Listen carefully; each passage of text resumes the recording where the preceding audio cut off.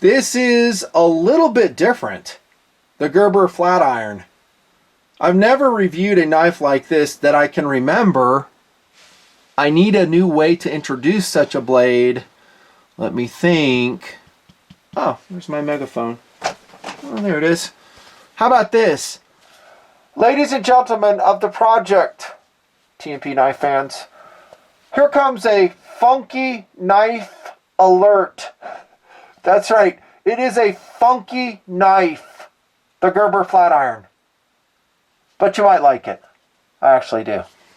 Welcome to my tabletop review of, yes, a funky knife. The Gerber Flatiron. If I've reviewed a flipper cleaver before, I do not remember it. I think this is the first time I've ever put such a blade on the table to talk about it. I guess these things are popular now. I guess they kind of snuck up on me, and I found this one quite by accident. I'm signing out some new guns from Gunny's, the Great American Gun Store. Perusing the shelves. I find this knife there. I bought it. Here's the package. Gunny's, 34 bucks. Their prices, by the way, are pretty excellent. Yeah. I started looking, I was like, that's funky. Funky knife alert. That's funky. That's different. Kind of a mix mash of a bunch of different elements, and I think I'd enjoy reviewing it, using it. So here you go, tabletop review on the Gerber Flatiron. Philosophy of use. Why are flipper cleavers so popular? I think I put my finger on it. I think. I could be wrong, but I think it's because just what I introed with. They are funky. They're different. It's kind of good to have something different. You know, we've seen a bunch of tactical blades. We've seen a bunch of EDC knives. The same old formulations with minor differences. By the way, I still love a lot of those knives. I never get tired of them. But some guys do. And they go, I want something different. I want something that looks like a chef's knife that I EDC, and it's going to be my EDC carry knife. I do think a lot of guys do that. Will it last? Is it a fad? Here comes my official prediction. Yes, it is a fad. It will wear out. There you go. Yeah, it's a fad. You're not going to see flipper cleavers, says me, in 5 years. If you do, I don't think guys are going to be using them that much. That being said, they will excel in food preparation. That's right. I think they are obviously ideally suited with their cleaver blade, for food preparation. We do a lot more things with our knives besides food preparation, do we not? Yes, we do. Yeah. But I think, yeah, they're suited. But I think the blade shape, the cleaver blade shape, is very limited. I think guys are perhaps thinking it is more versatile than it is. Once they start wearing out this very sharp transition here as they do point work, they're going to find out. They're either going to break it, it's going to fail them, or it's going to dull, and it's going to be very difficult to re-edge because they may have blunted it. That's a prediction. I could be wrong. And by the way, it's not just a Gerber Flatiron. There are a whole bunch of others. Flipper cleavers, that's just what I'm calling them. Like the F&Grow EF13. That's like only 20 bucks, by the way. Flipper cleaver. Off Grid is the company. It just has a cleaver design. 65 bucks. OS 8. By the way, I'm not rolling photos of all these in. Maybe one or two. Kaiser Sheepdog 154 CM steel. Kaiser, the Chinese company, they're putting 154. That's pretty amazing. 70 bucks though, so it's like twice the price of this one. CRKT Rip Snort and Pilar, Pilar. Just are a couple flipper cleavers and more. So yeah, they're popular, and I think some guys are actually EDCing this. Like, yeah, this is my go-to EDC blade. I would say not me at 5.6 ounces. It's mostly a stainless steel frame lock. No, thank you. 5.6. Now for a cleaver design, I would do 5.6 for like a Tatanka or something like that. Or really large cold steel. I've gone heavier than that, but it's got to deliver for me in some way. This definitely is not a tactical blade. It's going to be food prep and maybe EDC. Big maybe. I think it's kind of a collectible, and it's kind of funky, kind of different. And guys like that. I think that's the truth serum on the Flatiron. That it's just different and kind of fun. Around the house, in the drawer, you bet. You know what I would do with this is put it in the kitchen.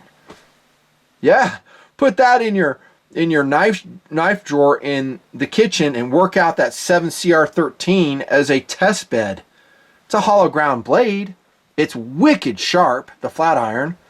And then start using it in the kitchen. That's where you can really find out about knife steel. And you'll find out very quickly it doesn't have a lot of rust resistance, even though it is stone washed. Really nice finish on this blade, by the way. 7CR13 MOV, once again. And that's where you should put this knife into action, in the kitchen. And I think your wife would love it. Your girlfriend would love it. And she'll go, that's a cool little blade. I like chopping carrots with it. You know, I like doing food prep with it. I think that's where it's suited. Let's look at that just for a second. The food philosophy of use.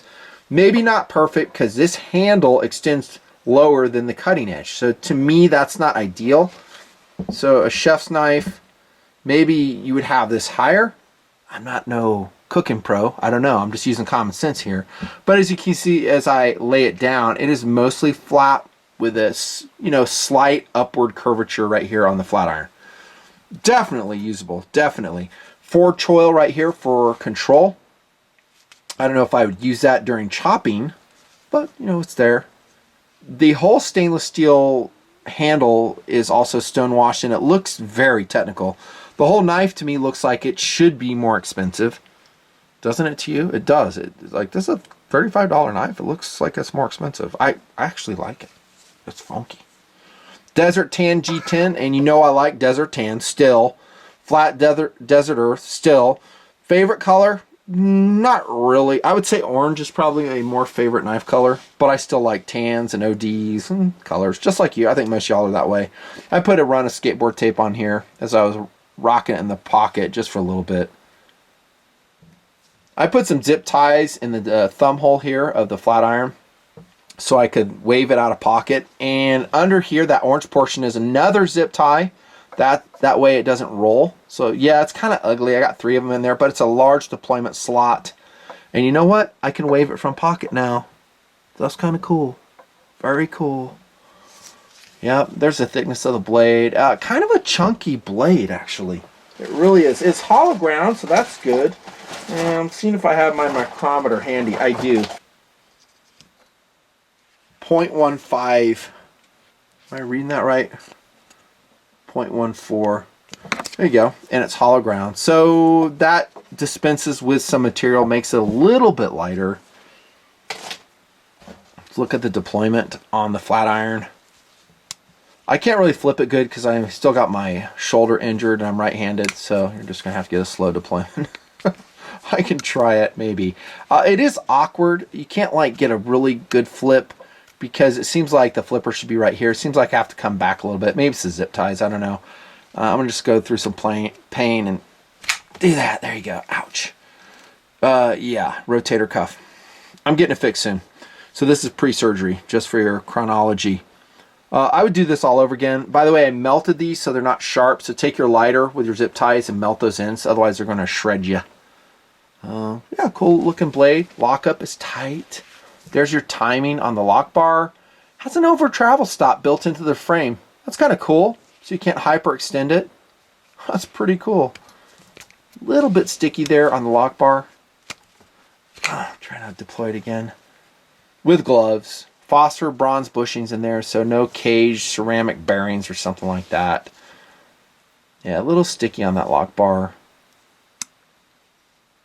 There have been some complaints on the pocket clip, and I would actually agree with those. It is very stiff, and it's hard to put on your pants. It can take medium thickness of fabric. It is attached by 2 screws. You might have to loosen it up and put some spacers under that. Maybe get some tiny washers or some way to space that out. Yes, Gerber should have done it. Or actually the Chinese manufacturer who put this together for Gerber should have done it. Make sure it is made in China. Yeah, it is, right there. So in my Chinese knife reviews, I talk about this all the time. I was like, you guys have been buying Chinese knives the whole time. You just have a middleman, and the middleman here is Gerber. This is probably made in the same factory where, I don't know, real steel, perhaps Kaiser, perhaps Effengrow, I don't know. It's a Chinese knife, and Chinese know how to make the knives. There's your standoffs here, flow-through construction. Again, it's not light. 5.6 ounces for this Cleaver flipper. Yeah, some dude online was saying he hacked through a 2.5-inch tree with his Gerber Flatiron. I'm not saying it couldn't do it, but I say that's a waste of time, actually. It's not really a hacking knife. It's weight backwards, not weight forward. It's hollow ground. There's no weight in there. It's a relatively short blade. See if they give the measurement on here. They don't. But you can see, oh, here it is, 3.6 inches. It's not meant for that. I could think of a lot better knives for it. And plus, it's a frame lock. I think frame locks are very poorly suited to really heavy-duty use. I used to do it back in the day here in TMP, and I always ruined the frame lock. Other than Triad, although that's not frame lock, that's a lock back. The cold steel Triad lock will take it all day long. Yeah, Gerber Flatiron. By the way, I want to show you something real quick. On the table, we have an EAA Witness polymer. Fantastic, high value, Hall of Fame 9mm combat pistol. Go check out that review. It's fantastic. The only thing I can say, as you can see here, it's 30 ounces. That's rather portly for a polymer pistol, but accurate, reliable, fun to shoot. Yeah. Check, check, check, check. This is an ISU 152 Russian tank, heavy Russian tank, turretless. It was like an assault gun, tank destroyer. Very effective in World War II. This is a non-detailed model. I bought it off eBay for like $7. 1/72 scale though. This is what I want to show you. This is really cool. This was considered a big tank. So when the Germans saw this, I think they used it in the Battle of Kursk. Very effective for what it was. I mean, it wasn't super mobile. Big tank though. It was considered a big tank. In the background, near the end of the war, the Germans put this together and they called it the Mouse. Tongue in cheek, it was huge. It was ginormous. The Mouse tank, biggest tank ever created in World War II. They never fielded it in battle because, well, it was the end of the war. They didn't have materials. We're bombing the crap out of them. This thing was so enormous. These are both in scale. 1/72, 1/72. Enormous tank already. Look, next to the Mouse. Oh my gosh, it dwarfs it. Yeah, this is a Dragon model I bought many years ago, well before TMP. Plastic, not metal, but look at the detail. You can even see the weld marks in this plastic model. Weld marks of the German Mouse. MAUS, I think. I can't remember the caliber of this gun. 120? I forget. I'll speak more of the details on the Mouse later, but I'm just showing you the model and the huge scale of it. Very, very cool.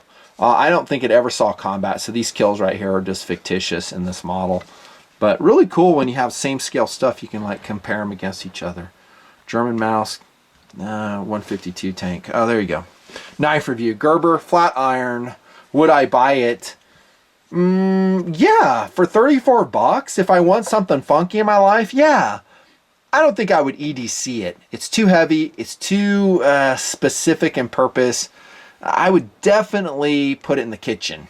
Maybe some other applications where this blade shape, the Cleaver, hollow ground Cleaver blade shape in this steel makes a lot of sense. But I think it's a great effort. And again, let's raise the funky knife alert. Yeah, this blade is funky.